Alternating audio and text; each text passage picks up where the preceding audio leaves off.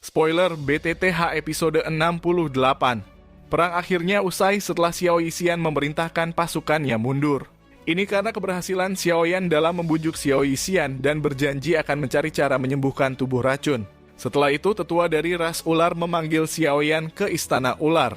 Hal ini terkait dengan Ratu Medusa yang sudah tidak perawan lagi. Setelah masuk ke istana ular, para tetua menguji kelayakan Xiao Yan. Tentu saja Xiao Yan jauh di atas kata layak. Langsung ke inti masalahnya, tetua ras ular berkata kalau Xiao Yan seharusnya menerima hukuman suku. Tapi karena ras ular dan aliansi yang sudah bekerja sama, tetua ras ular meminta Xiao Yan melakukan sesuatu. Tetua ras ular menyebutkan kalau ada jejak kehidupan di dalam tubuh Ratu Medusa. Mereka menduga kalau Ratu Medusa saat ini sedang hamil.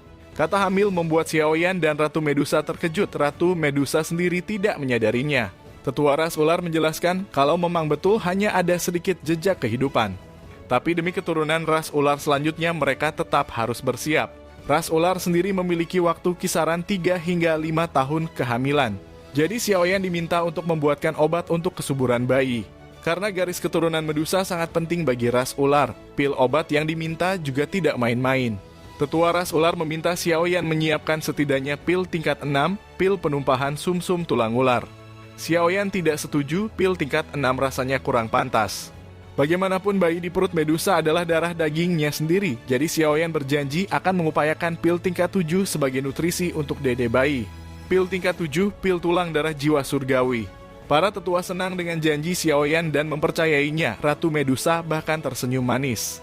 Para tetua lalu memberikan resep pil tulang darah jiwa surgawi dan Ratu Medusa menemani Xiao Yan berbicara.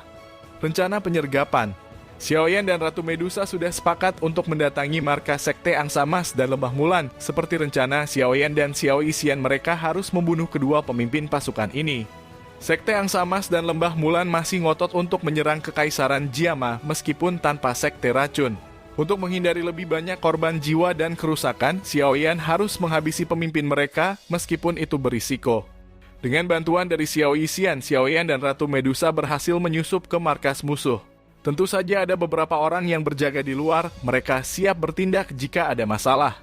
Xiao Yan memiliki peta lokasi tepatnya keberadaan Yan Lotian dan sesepuh Lembah Mulan. Xiao Yan dan Ratu Medusa berbagi tugas. Ratu Medusa akan menyelinap ke area utara untuk melenyapkan Yan Lotian. Sedangkan Xiao Yan akan ke area barat untuk menghabisi tetua Lembah Mulan. Di markas Sekte Angsa Mas, Ratu Medusa mengintai Yan Lotian yang sedang bermain dengan wanita. Yan Lotian terlihat sedang bersenang-senang dan mengendurkan penjagaannya.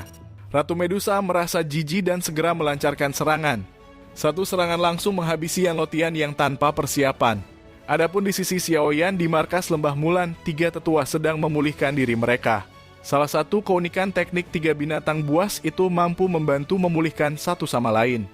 Melihat ada kesempatan, Xiao Yan segera bertindak. Teknik 3000 kecepatan kilat segera dilepaskan dan mendapatkan satu tetua Lembah Mulan. Leher tetua Lembah Mulan berada di tangan Xiao Yan. Satu gerakan saja, ia akan menghilang dari dunia. Tetua Lembah Mulan panik dan meminta damai kepada Xiao Yan. Namun, Xiao Yan tidak mempercayai mereka. Dengan satu tekanan, tetua Lembah Mulan tewas. Kemarahan 2 tetua lainnya langsung pecah, mereka berteriak untuk menyiapkan pengepungan. Keberadaan Xiao Yan segera diketahui oleh seluruh pasukan di markas Lembah Mulan. Setidaknya ada 5 orang Do Huang yang menargetkan Xiao Yan. Xiao Yan terkepung, rute pelariannya ditutup. Tidak ada jalan keluar lagi, Xiao Yan hanya bisa menerobos dengan paksa. 1 versus 5 ini akan jadi pertarungan yang ganas. Xiao Yan ngebantai setiap orang yang mencoba menghalanginya. Nah, di sini dulu guys. Maaf BTTH telat. Ini saja dulu, terima kasih sudah menonton dan sampai jumpa.